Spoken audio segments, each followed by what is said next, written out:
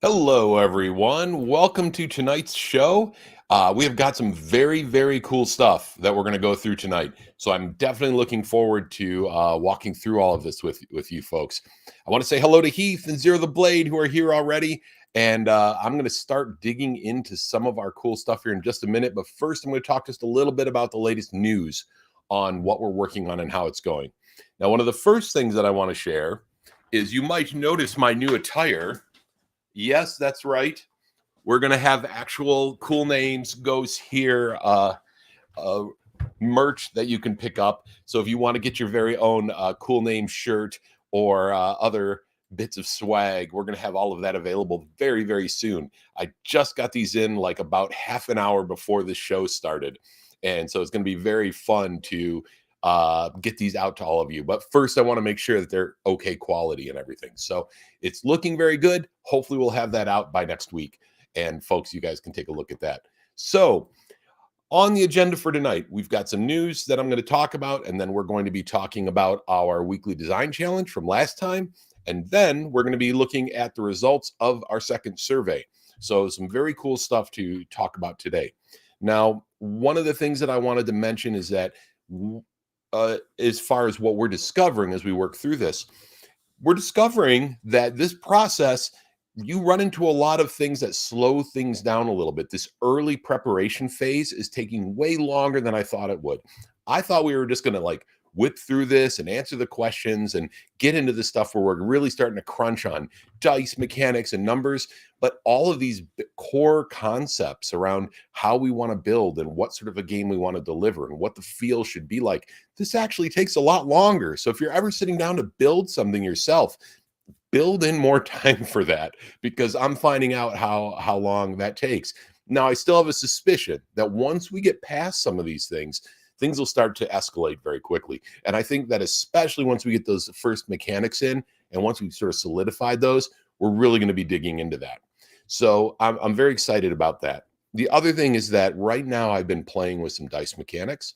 Um, very much enjoying looking at different ways to build those out using those core attributes that we've talked about in the past, with the goal of getting to a point where we're going to be able to start actually rolling some dice and trying some things out. So that should be very cool as well. So I'm looking forward to that. The last thing is that we do have that one-page design document that was recommended by folks like Ken Hite and Robin Laws and Steve Long, and combining our or sort of boiling down all of our ideas into something a little more succinct that'll be the core guiding tool for our build as we move forward. So anyway, enough about that stuff. Let me jump into some of the cool stuff you guys want to talk about. Oh, and by the way, if you're on right now, make sure that you like and subscribe. It's really important. Tell your friends to like and subscribe as well. Hopefully, we'll get a good crowd building, because the more people we get following this project, especially as we start getting into it, the better our playtest results are going to be. Although backers will get that stuff first, the better the results will be. And also, it means that we can get more people to pledge on the late pledging so we can get a ton of art from Russell. So that's kind of what I'm hoping. Personally, I hope we can get a bunch of art that we can give away to everybody, but we're getting there. So I'm going to jump into this weekly design challenge. So everyone remembers our previous weekly design challenge. Let me see if I can, we'll go with this. Our previous weekly design challenge, which was the following.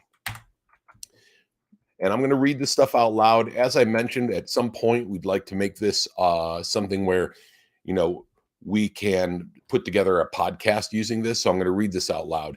Normally, advancement is about character improvement. What if your character core traits, attributes, power, skills never changed? How would you reward players for their accomplishments in a way that still benefited the characters and made the game feel like it was progressing and growing? Well, this generated a lot of conversation and a lot of very cool topics. So let's take a look at some of the things that you guys had to say about this, because it was really, really interesting. So one of the first things that came up were direct physical benefits that you could provide to characters. And so these are things like what you would expect, things like items and equipment, magic items. Eric Brace kicked off that conversation as we were discussing it, any sorts of artifacts or gear or things that could help them along the way. Another thing that came up was access to artifacts and magic items. So again, more equipment-based thoughts, retainers and followers, folks that follow along with you, and then bases, castles, towers, that sort of thing. All very cool rewards that characters could get. And it does fit with a lot of the stories that we see where although the character themselves may not advance significantly, their surroundings, their bearing, the things that they have do advance. And so it is some very cool ideas there, these direct physical benefits. Now, there are some counter arguments that were made, and a lot of folks, talked about this. One of the things that Eric's brought up, it's Aerix, I think I'm pronouncing it right, was that skills can't be taken away, but stuff can. And so things that could be taken away could be questionable rewards in terms of advancement. They also run out some of these things. You're also kind of replicating treasure. And if that's all you're doing, is it really an advancement? I mean, it's a good question. I don't know that really makes it as good of an advancement reward if really it's just more treasure. And so that was a really good point that these folks brought up. But also, looking back at the original ideas, some very cool things that you could do that sort of takes a different approach than what we've seen in the past. Now, let's look at some of the indirect or intangible benefits that folks came up with. Again, direct meaning they have a direct impact on the game that folks are playing. Contacts, alliances, faction support, those sorts of interconnections within the world. They're not necessarily, don't belong to the character, but they're these sort of these intangible connections they have with the other people in the world. Very cool stuff. And again, the nice thing about these things is all of these, and even the tangible ones, build the story. And I think that's very cool. A reroll bonus currency. So what people were talking about there, the Shadow had brought this up, is this idea of having a currency that allows you to do rerolls, that gives you bonuses to rolls, that sort of a thing. Now, this is something that, again, it's something you're going to use up. It's going to go away over time and you won't have it anymore. So it's, again, the question of, is that advancement? Maybe it is. These are things that I don't have all the answers for, but I think this was a very interesting exploration of what one could do. They can be taken away, contacts, alliances, faction support. If the contacts all get killed off, you don't have them anymore. They run out. So again, the same sort of things. Now, let me jump into this one here. Lots of other cool ideas came up in these conversations. Power stunts came up. Now, I'm using the phrase power stunts. It's not what we used. Kaalis came up with this name, talking about a way that you could give people advancement without necessarily advancing the character directly. The idea is that you take something they can already do and you let them do it in cooler ways. So this actually came up in Advanced Marvel Superheroes, where as you advanced your character, what you were able to do was actually use your powers in different sorts of ways. So the Human Torch might start out the game just flying and throwing fireballs. Well, eventually the Human Torch learns to do cool things like making a wall of fire around their opponent, right, to keep them away. Those are the sorts of things that represent power stunts, ways that you grow better at using the things you already have without necessarily directly advancing the character. You're not necessarily stronger every game. You're not necessarily adding 8 new different weird powers. You're simply advancing the story of your character and how they interact with the world through power stunts. Another thing that came up was this idea of fail to advance. Now, I'm not saying that you're failing to advance. I'm saying that when you fail, it helps you to advance, right? This is a very cool concept. This idea that you track times that the players do something really cool. And then when they fail, you mark that for a reward. And what this does is it generates a different style of gameplay. Now, it could get out of hand where people are trying crazy stuff all the time that they know they can't accomplish. So there would have to be some sort of guidelines built around it.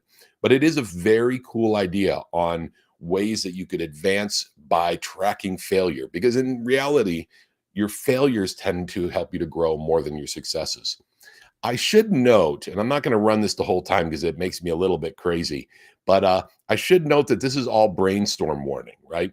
This, for those of you who may or may not be familiar, I don't know how many of you are, but our weekly design challenge is an exploration, a thought challenge, a thought experiment where we try to think of something new. Some of it might eventually make its way into Cool Name RPG, But the rest of it is about us working together to come up with really creative new solutions to sort of traditional gaming problems. And so, just to be really clear, this isn't necessarily going in, but this is just stuff that we're looking at that's kind of cool in terms of ways that you could solve these problems. Another thing that came up was advancing the setting. Advancing the setting means taking the game and maybe kingdom building or adding new characters or altering the way that the world looks. So the setting advances instead of the character. The one challenge that folks brought up is that kingdom building can get complicated, and that's absolutely true. So I think you'd have to think very hard about what your goals are with this sort of setting change. Is your goal really to build a kingdom, or is it on a smaller scale? I personally think that you can do this in a pretty cool way by connecting the players to the base of operations, the town that they start in, by letting them build out that location, by letting them build out who lives there and what services are available. All of these things connect them more to the world they live in and give them more of a stake in this place that they need to fight to protect, that they come back to after every adventure, that becomes a character in the game in and of itself. And I think that it's a very cool way to do it. But yeah, another cool idea was, looking at advancing the setting as opposed to the characters. The other thing that I wanted to bring up was the bond and indie condition. This is kind of what sparked this whole conversation. One of the things you might notice is that in James Bond or Indiana Jones, James Bond doesn't show up at the next adventure with a new set of abilities. He doesn't advance after the end of every movie, right? He is basically James Bond from the first show to the last show, and he's the same character more or less. Now, there might be story building and character building in terms of who he is as a character, and that might come and go depending on the director and the storyteller. But at the end of the day, Bond is Bond. Indy is Indy. There are a lot of characters we see like this in Lord of the Rings, other than probably, we named 3 when we talked about this last time, but like Merry, Pippin, and Gandalf. Everyone else basically were the same. Gimli, Legolas, Aragorn. Boromir wasn't the same, but that's another story altogether. A little bit dark humor. But, these characters didn't really change over time. They were the same characters that you started your adventure with. And so that's where this idea of how can you advance characters without advancing the character came from. One idea that folks came up with that I thought was very cool to solve this specific problem was a hero point pool. All right. The hero point pool is something that Sixten Tribe first brought up over on the Facebook group. The idea that your character has a pool of points for the adventure that they use to help them to overcome seemingly insurmountable obstacles. Now, lots of games have these, inspiration and that sort of thing. This stuff is very, very cool. But what he was looking at is that this pool refreshes at the start of each adventure. And by completing adventures, your pool gets larger over time. So you're able to overcome more dramatic, more difficult, greater numbers of obstacles than you were previously. I thought this was a really cool game concept, right? A really cool way to play, that you'd have this sort of shifting pool that would allow you to choose at what points of the story you are super heroic, where you really are just like, wow, I can't believe you got out of that one alive. And at what points you're just simply overcoming the next challenge and keeping the story moving along. But a very, very cool idea for sure. Another thing that came up to handle this specific problem was resetting the character. Now, I thought this one was really, really creative. This is another one that Eric's brought up. This was a cool idea where at the end of an adventure, or I would say at the start of the next adventure, you retool the character for the adventure that you're about to play. The idea being that in a lot of these shows and a lot of these stories that we read, the character seems to show up with abilities that we're like, oh, we didn't know that they could do that. And they only use those abilities in this adventure, but they're still the same basic character.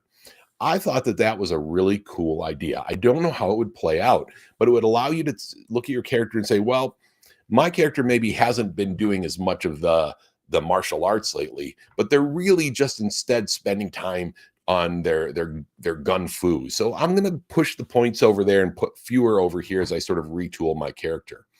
And then another idea that came into this during the conversation was the idea of giving a protected niche to this character's abilities, so that the character always had the same basic ability set, but the specifics around the edges would change based on the adventure.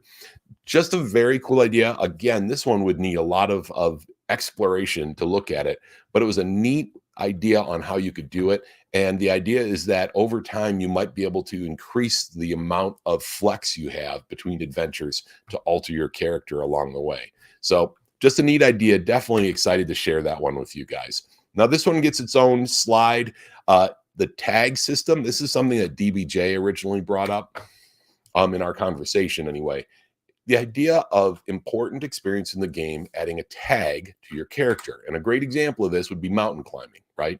You have an adventure where you are climbing this epic mountain and you have to fight your way up past the orcs and the goblins, and you finally make it to the top, and you have to scale the cliff to get to the keep that's out looking out over the valley. And that whole thing is all about you guys working in the mountains, surviving rock falls, climbing cliffs, hiding in crevices. And at the end of that, you might say, you know what? Mountain climbing or mountain survival, you can add that as a tag to your character. Now, the cool thing is that tag allows you to have an advantage under similar circumstances in the future. And I thought that that was a really neat idea, a cool way of letting someone advance. And the thing that I love about this is that it binds the character to the story. And I'll get to that point in just a minute. I'm just going to sort of bring these up here so we can just talk through them. But some folks said, well, maybe we make this permanent. And others were like, well, maybe we make this something you can spend, that after you use it later, it goes away. Lots of debate around which of those made sense. But the thing is, and I put this in bold, is it ties the story to the character more deeply than a point pool or a set of experience points does. You have that actual reminder on your character sheet of that adventure.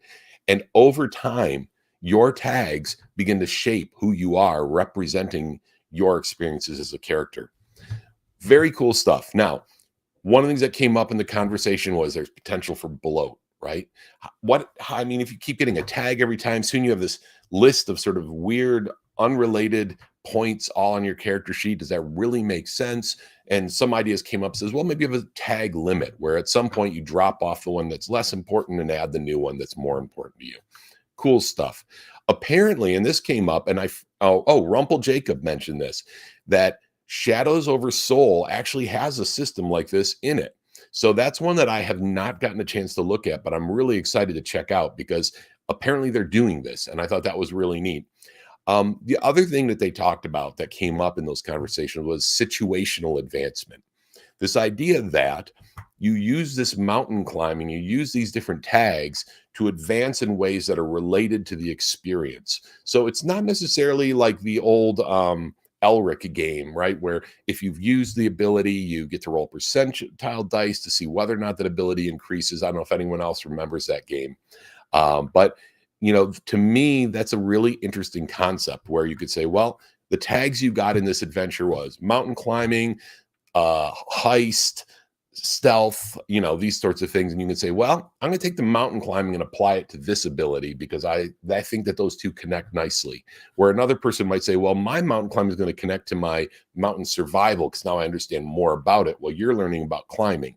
Kind of a neat way to use the story to generate experience points. So that's a very cool idea. So something for someone to think about. Not sure that this is something that we're going to end up seeing in Cool Name, but very cool idea. And now I'm just going to hit some general pondering and proposals that came along the way that I think are worth mentioning. One of the things that came up that I think is so interesting is how long do most games actually last? Right? We always go into this with this vision of these campaigns, right? That go on for adventure after adventure, and the heroes keep building up power over time.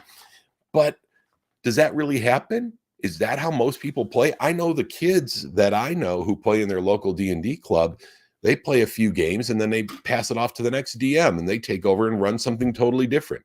And then someone else runs something totally different. Even in our group, which has been gaming together since college, we play games that go on for quite a while. But at some point, we stop and switch. Someone else takes over. So if games aren't lasting very long, what is the role of advancement? Is it important at that point? And I thought that was a great question.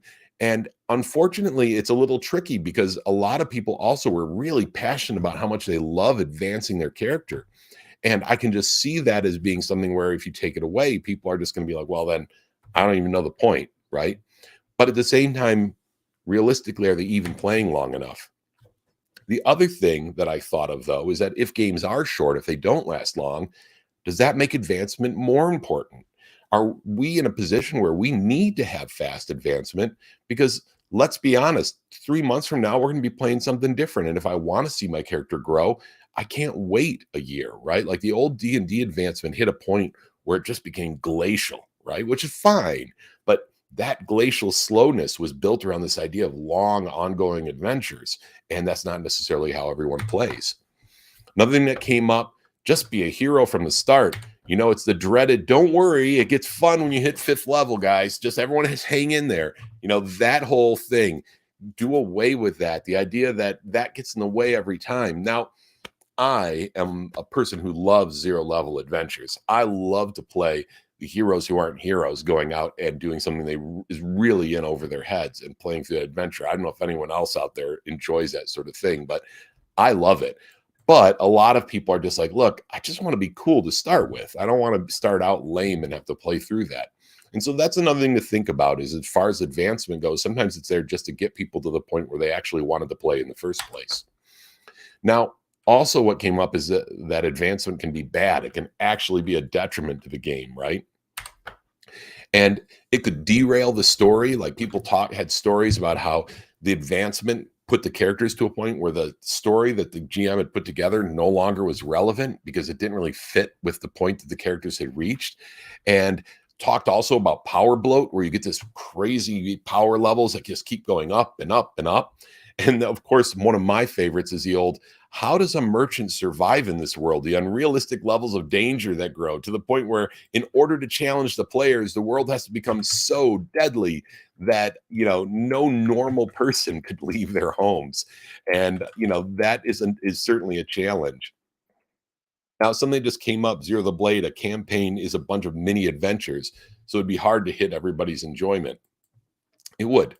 And it always is, right? I mean, that's sort of the ongoing challenge of trying to figure out how you keep everybody happy at the table. But yeah, it's very interesting. This advancement conversation drew a lot more discussion than I expected. Few things that people generally agreed on: attributes shouldn't change, at least not much. Now, no one said they shouldn't ever change, but the general idea is that your attributes are your attributes. Your strength, your dexterity, they might shift a little bit over time, but they're not going to change very much. We actually got an expert opinion on that too, that I'll get to in a second. Skills should definitely change. Everybody thought that skills should go up, that they wanted to see their character become more skilled as they go along. It's hard to argue with that, right? Again, our goal here was to do sort of a thought experiment on different ways to design advancement. But in reality, that's something that people, really want to see. They want to get better at what they do. Now, Stephen Kellner is an expert on working with high performing people, especially creative people. He has a number of books out that I should have put into the link, and I apologize I didn't. But if you visit our Facebook group, I'll post some things there about the work that he's done. But I love that he is into this project because he brought up some very cool stuff. And one of the things he mentioned is that, speaking as an expert in assessing human beings performing at high levels, most people have some traits that can be expressed relatively early and remain relatively stable, such as intelligence, but the ability to apply them develops considerably over time. And I think that's fascinating. Now, there are caveats to that. He has a whole post to this on the Facebook group for this weekly challenge, and you should read it. But the thing that he's saying fits with this idea that we want these sort of base attributes of who the character is, and then we want to grow what they can do over time by developing in other areas. So I just thought that was really interesting. It certainly opens up some discussions of what are those relatively stable. Is strength one of those things? I mean, people get stronger. So yeah, lots of debate and discussion on that.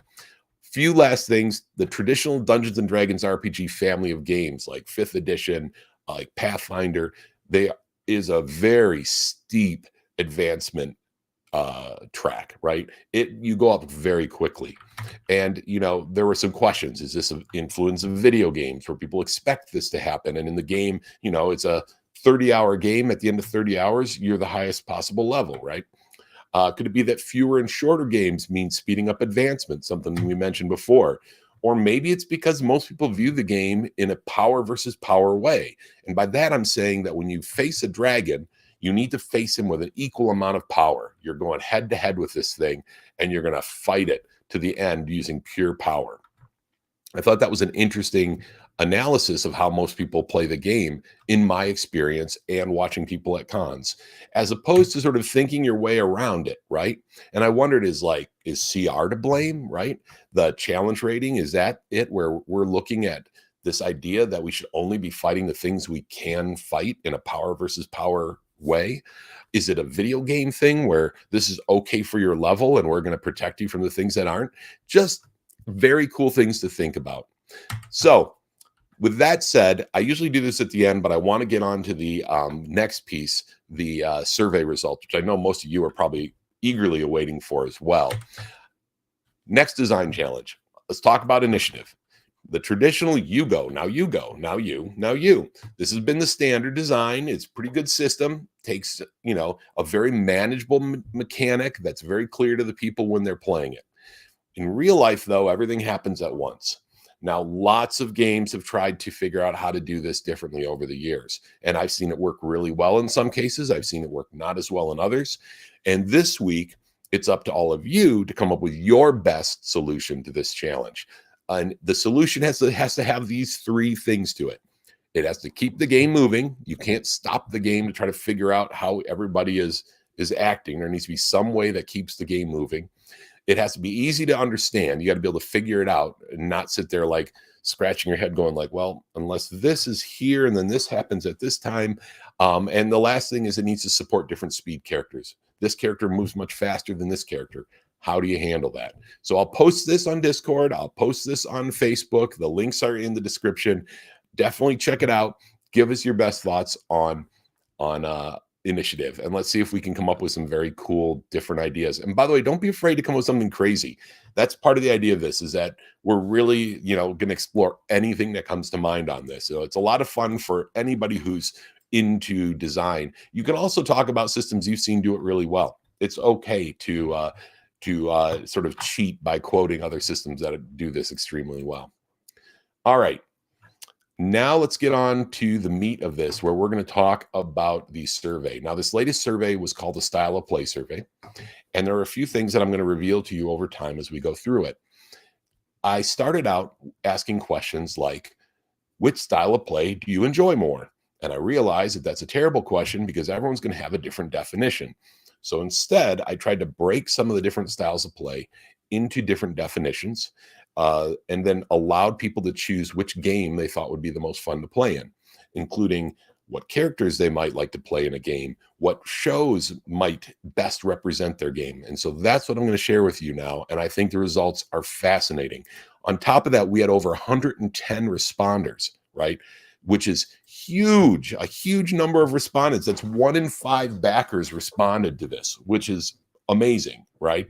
So keeping in mind in the last one, it was closer to 50 people all total. And so we got twice as many this time around. So it's very, very cool. And it was a long survey. So hats off to everyone who finished it. That was the biggest complaint some of the folks had to me when I was doing this. They're like going, Mark, it's so long. But you'll see at the end, I asked people if they thought the surveys were too long. And we'll get you answers for that too.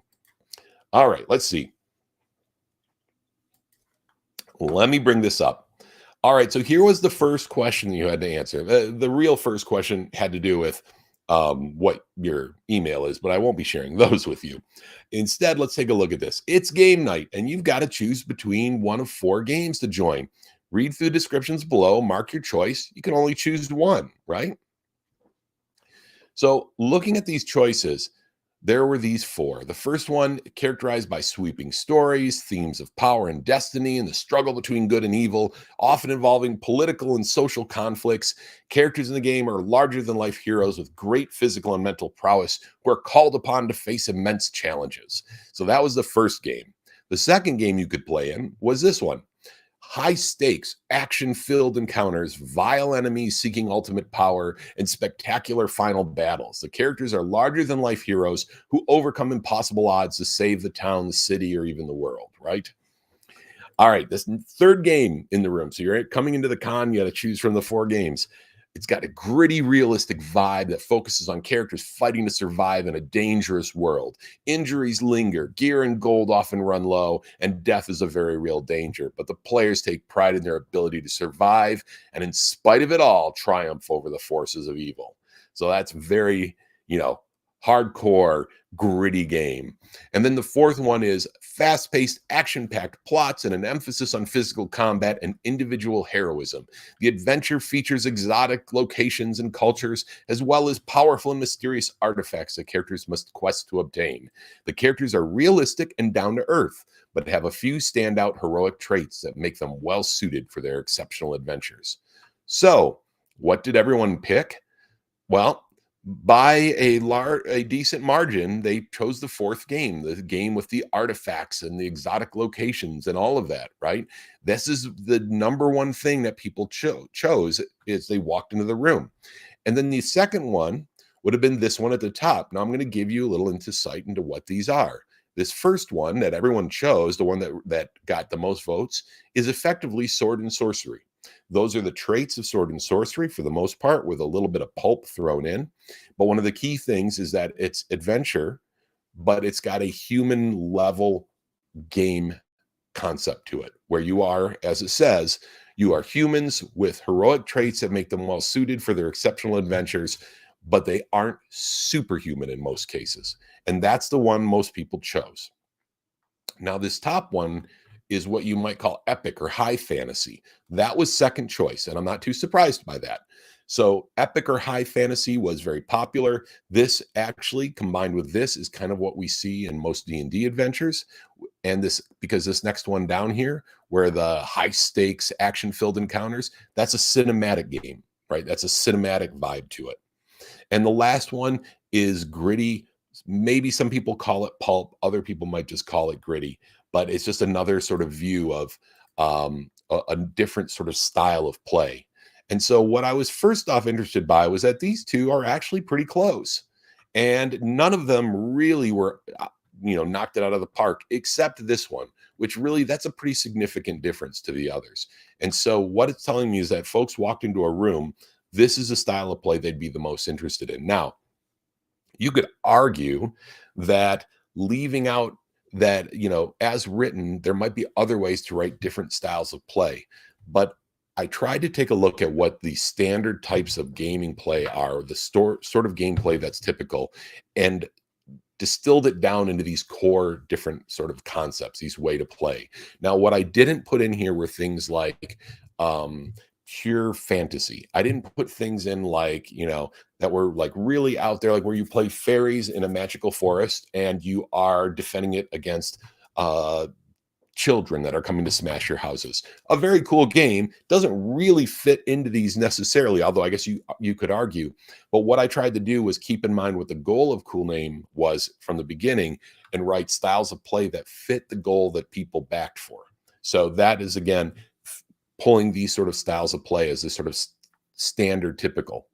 Now, here's the important part. You might call this ranked voting because we asked you your first choice, but then we said, bad news, your choice isn't available. What's your second choice?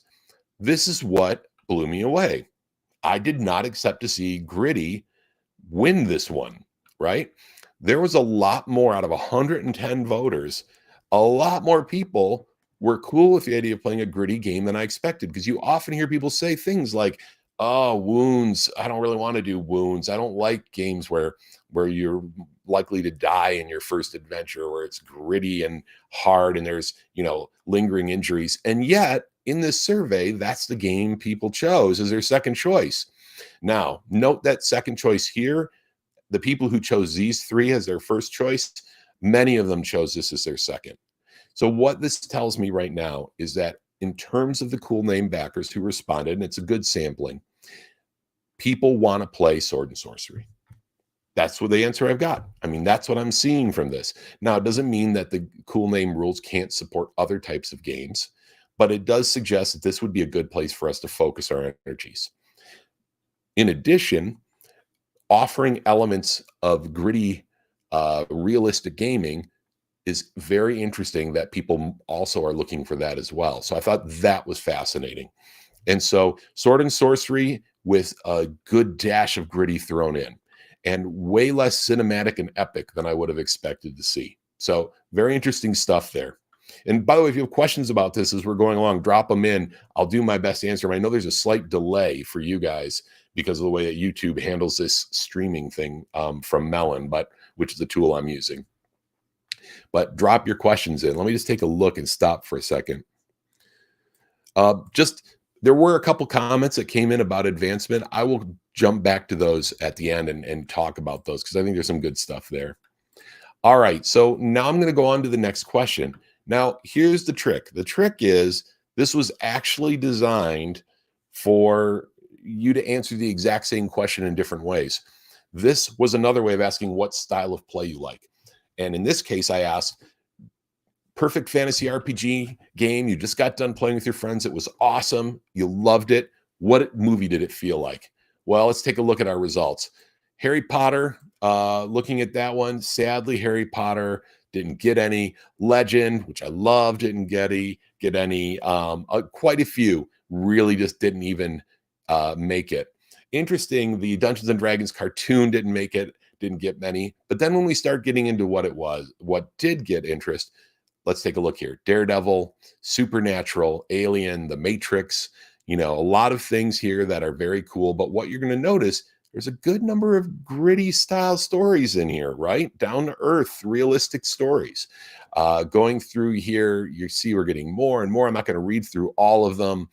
But can you guess what the winner was? If anyone can guess, feel free to jump in and guess what the number one choice was.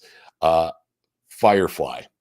So if you were thinking Firefly, if you're about to post it, Firefly was the number one choice that everyone picked. Now, look, I'm going to acknowledge something here. This is a mildly flawed question in that everything is cinema or television. So it's going to have a certain vibe to it, and it's going to give us certain results. The other thing about it is that it's not a complete picture of every type of film there is. I acknowledge the limits of this question, but I was trying to focus on the types of movies that folks who play D&D are always, their go-to films that they always come back to. Now, I do want to point out one question that actually got 2 votes. Highlander 2. Now, I know that I was one of the people who picked that because I was testing the survey. This one actually dumped you out of the survey completely. And as soon as you picked it, it went, thank you. I'm not going to ask any more questions. It was kind of a joke, but I feel bad because somebody picked it and got dumped out of the survey. So my apologies to whoever that was. I was actually just messing with you by listing it as one of the options. But shockingly, it got more picks than, say, the Magnificent Seven or Labyrinth. So we'll leave that there for what it's worth.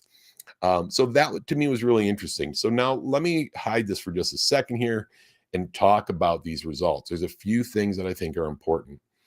Now, the type of play that people like by film, because each of these films were assigned different qualities in order to show what people were aiming for, typically by saying they liked that film, what they were telling us.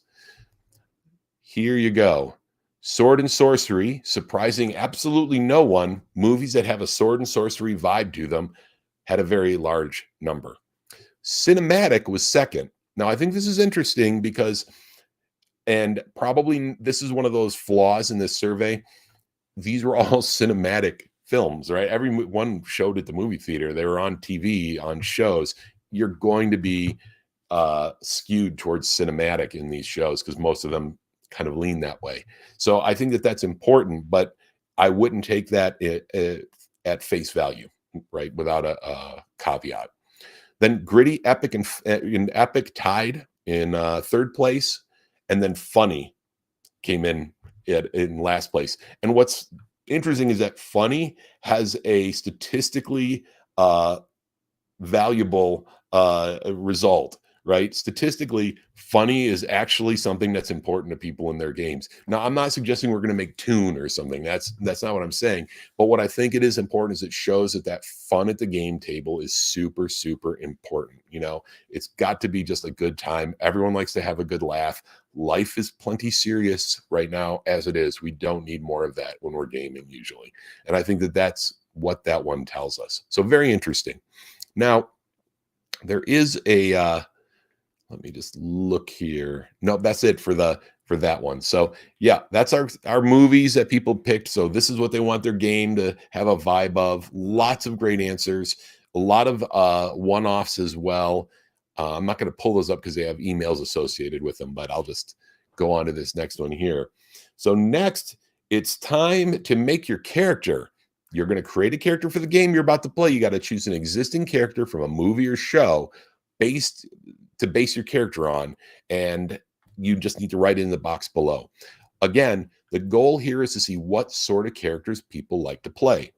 Now, here are the results. I'm not going to show you all the characters that everyone selected, although Mal from Firefly was not surprising the number one choice for the character people wanted to play. Now, granted, there were so many different ones that Mal didn't have a large margin, but Mal definitely was listed there.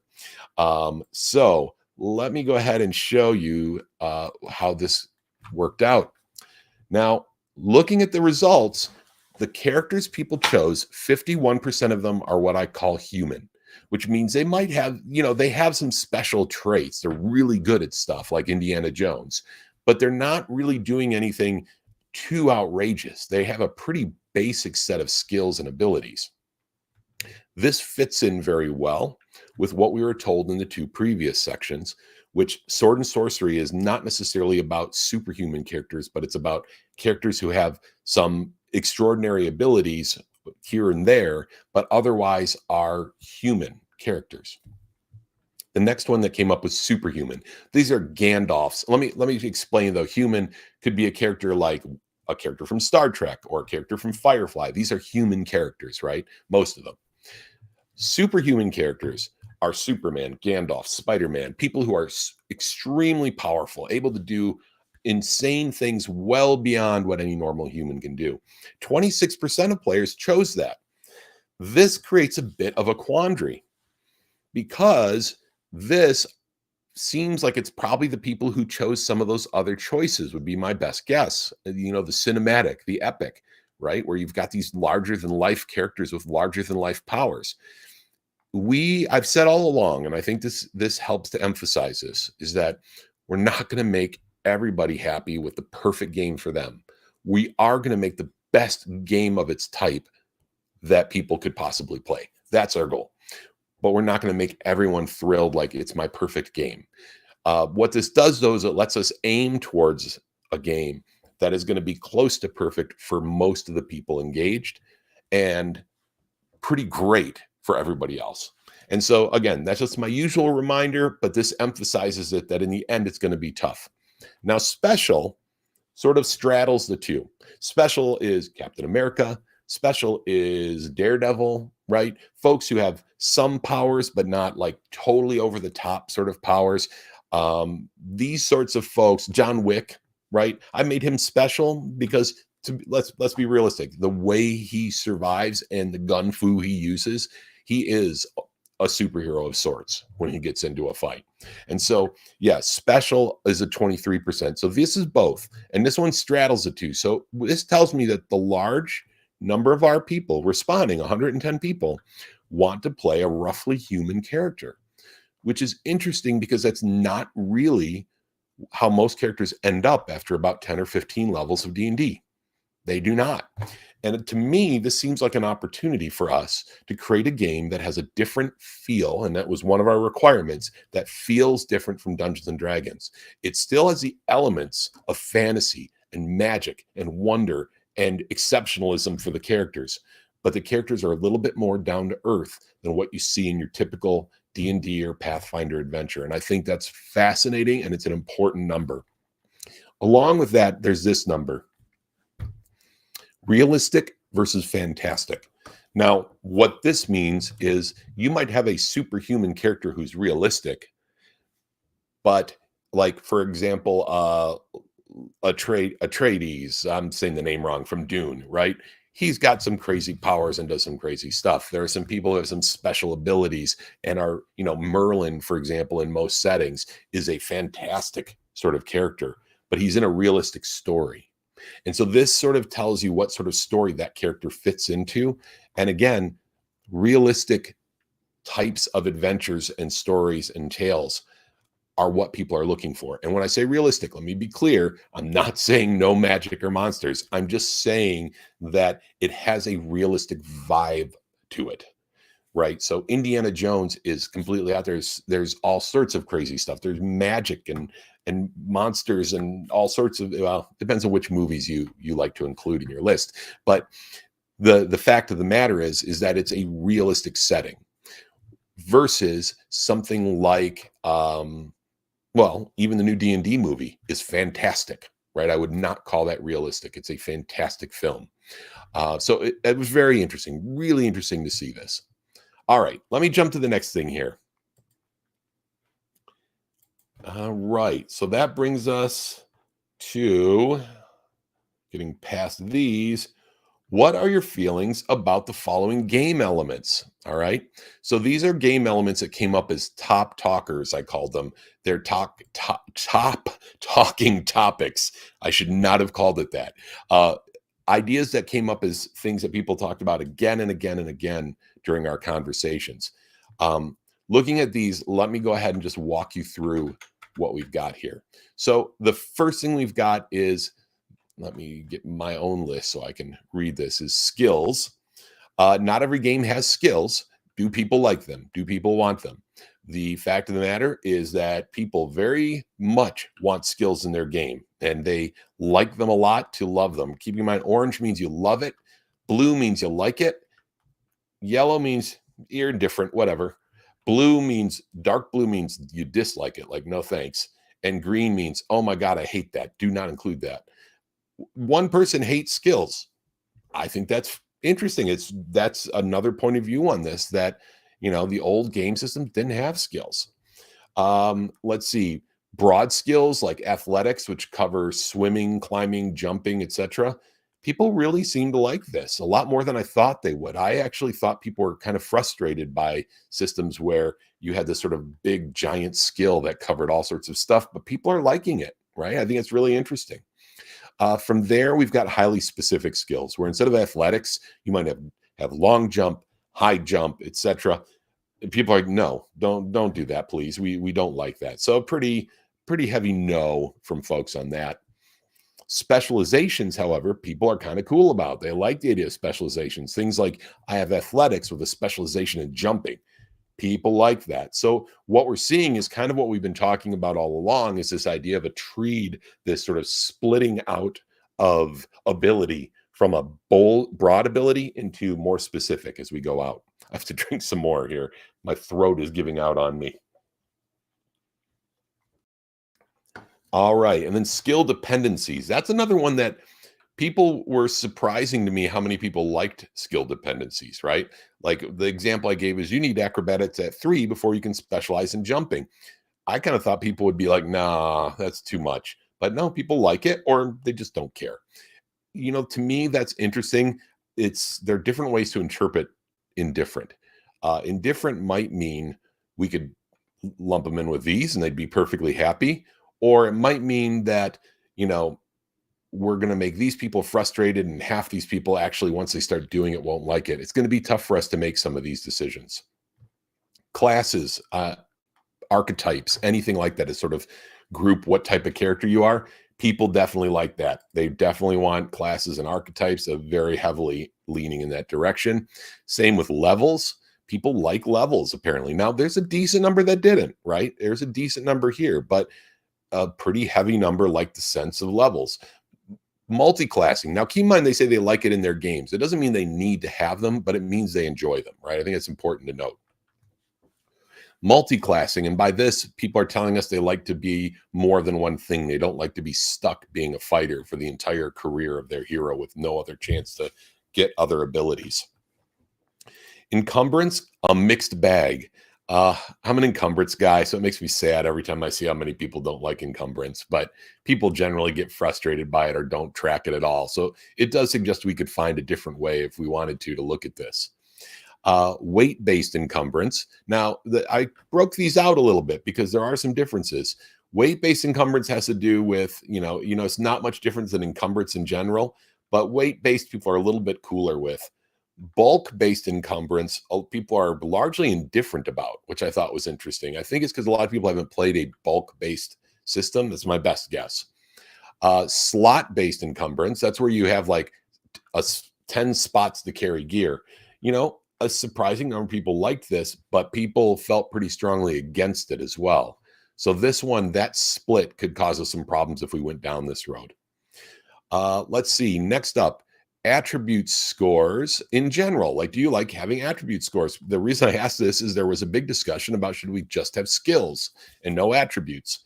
Apparently, people really like their attribute scores, so I think we're going to stick with that. And this sort of fits with what we understood previously. Broad attribute scores, so saying things like body covers agility, strength, and toughness. Pretty positive with some negative here, though. Some strong feelings about it there. And then very specific attributes where you start getting to things like fine manipulation, balance, etc. People like specific attributes as much as they like broad, maybe a little bit more so. But then you get people who dislike them more. So this is going to be a tough one to manage and figure out. Experience points, people are pretty happy with experience points. Milestone based, much stronger response here. People really like milestone based advancement, it looks like. And this fits with some things we've heard in conversations. Games that don't have classes and archetypes, there's a decent number of people who like this and only a few who don't. We look back up here at how many people like classes. We go back up. I think this is an interesting comparison.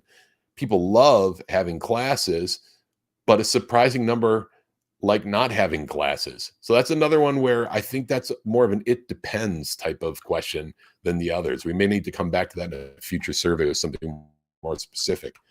Point by characters, people really like those. Shockingly, there's very little dislike of that. Random attributes, another thing that I always love just because I like being surprised by my characters. People are not a fan of random attributes. Minimums and maximums by lineage, meaning like humans have, or fairies can only have this much strength. People sort of like it, and some people really dislike it. Another tricky one. Same with instant death in combat. Lot of a mixed bag here, although very few people love it. So instant death out of combat, basically people are saying hell no. So there's really no question there. Poison, traps, etc. No one wants to die instantly in those situations. Hit locations, completely mixed on this one, right? We're seeing people like all different responses on that. Called shots, though, people like. People are really into called shots across the board. And when I say into, I know indifferent is big here, but because there's a very small number of negatives and a pretty big positive, it means indifferent probably, we can ignore the indifferent for the time being to figure this out. Square by square movement. People mostly like it, but some pretty strong feelings against. Then we get into area by area, and this surprised me. I thought that people would be more against this. This is where you say, I moved from the hallway to the treasure room, or I moved from the outer courtyard to the inner courtyard. People really like this. It kind of surprised me. I always thought that people struggled with it and had issues, but they apparently have played games and really loved it. Lingering wounds. This fits with that gritty piece where people talked about wounds and, some people didn't like them, but really this survey tells us people are pretty good with having lingering wounds, but they also like having hit points. They have fun with hit points. Now, keep in mind, they don't necessarily love all of these together. Some of these conflict with one another. It's just they've had fun playing these in the past. Fatigue is a resource. Kind of mixed here. I personally think there's some cool things we can do with some sort of fatigue. Crunchy systems. This I just threw in here this way to see how people reacted to it. Again, very mixed, which is what I expect from the gaming audience today. XP spend. This is sort of a la carte buying abilities. People really like this. They're really into this idea. Training required to advance. We have a decent number of people are like going, come on, man, don't do that. And then a decent number are like, ooh, that's really cool. So six and one half dozen of another. Fate mechanics, such as inspiration points and the old fate cards, if you ever played with those, which are great. People generally like those as well. They like crafting systems. Not a big surprise, which is good because we have a whole stretch goal for that we're adding a crafting system. Weapon speeds got a surprisingly large number of likes. Again, this is one of those old-fashioned things that I thought that people would be against, even though I'm a fan of it. And they think it's pretty cool. So yeah, I thought that was interesting. I mean, still a good chunk, 1 and 4, were like, dude, don't do that. But people liked it. Random initiative, kind of people didn't have strong feelings about it. For the most part, people are like, whatever. Static initiative, where you roll once for the whole game.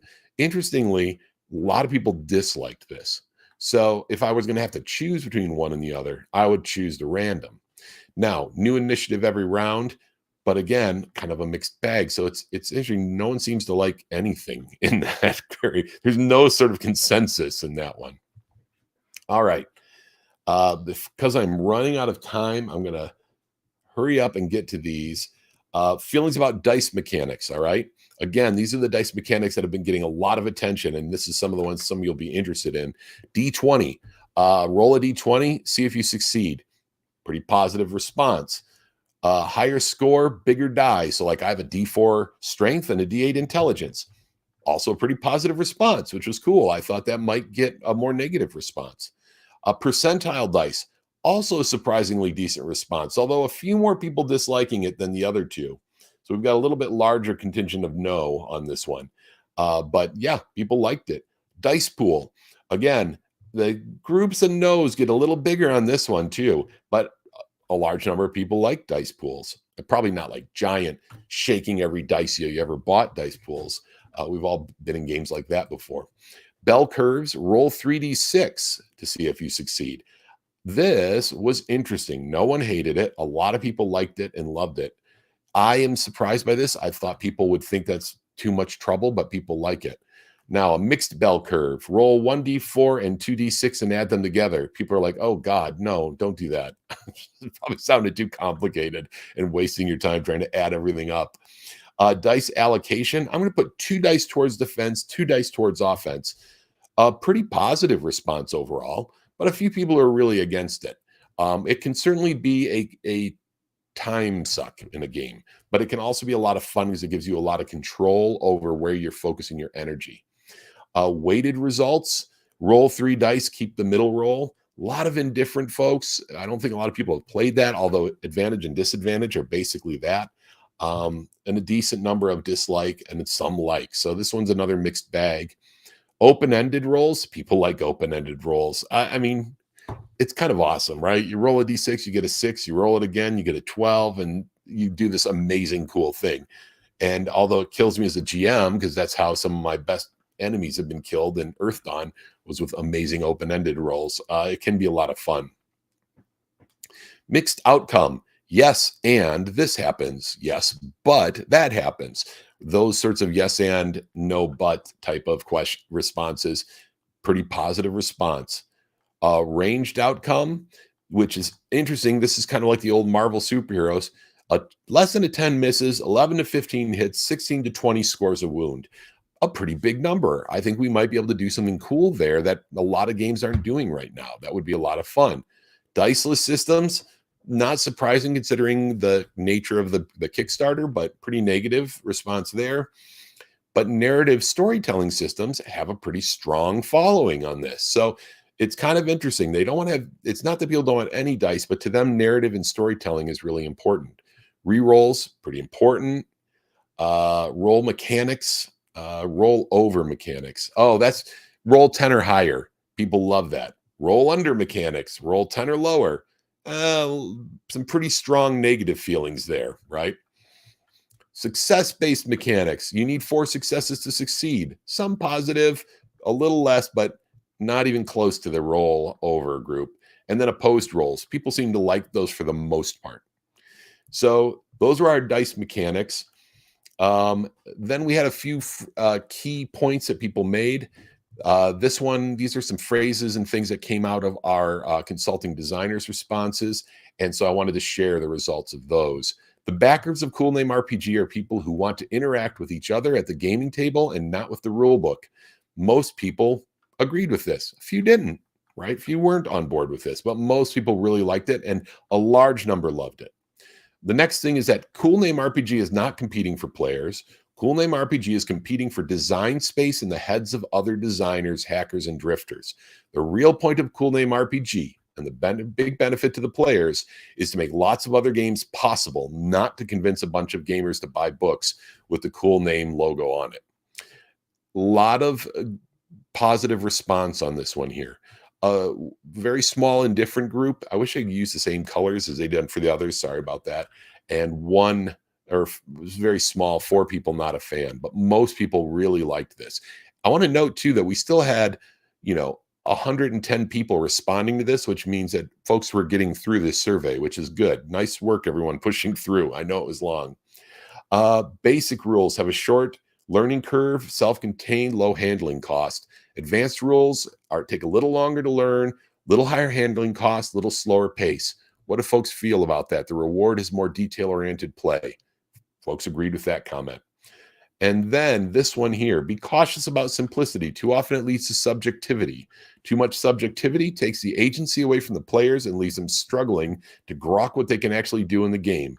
Mixed results on this one, right? Indifferent for the most part, a larger number would disagree.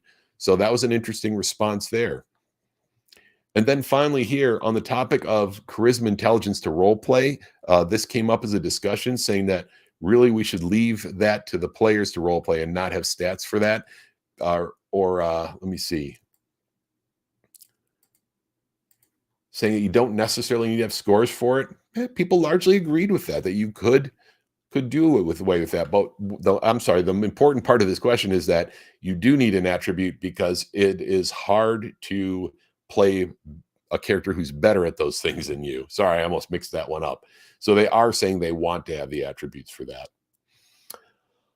We talked about whether we should have attributes, and I'm not going to go through this one because people strongly agreed we should have attributes. We saw that in other areas. You see, we repeat some of the same information in different ways to try to make sure we're getting the right response. This is key. Select response you like best in terms of how basic and advanced get split up. Traditional. The basic rules are a simple rule set that you add more rules onto, and you would play advanced instead. You sort of graduate to advanced.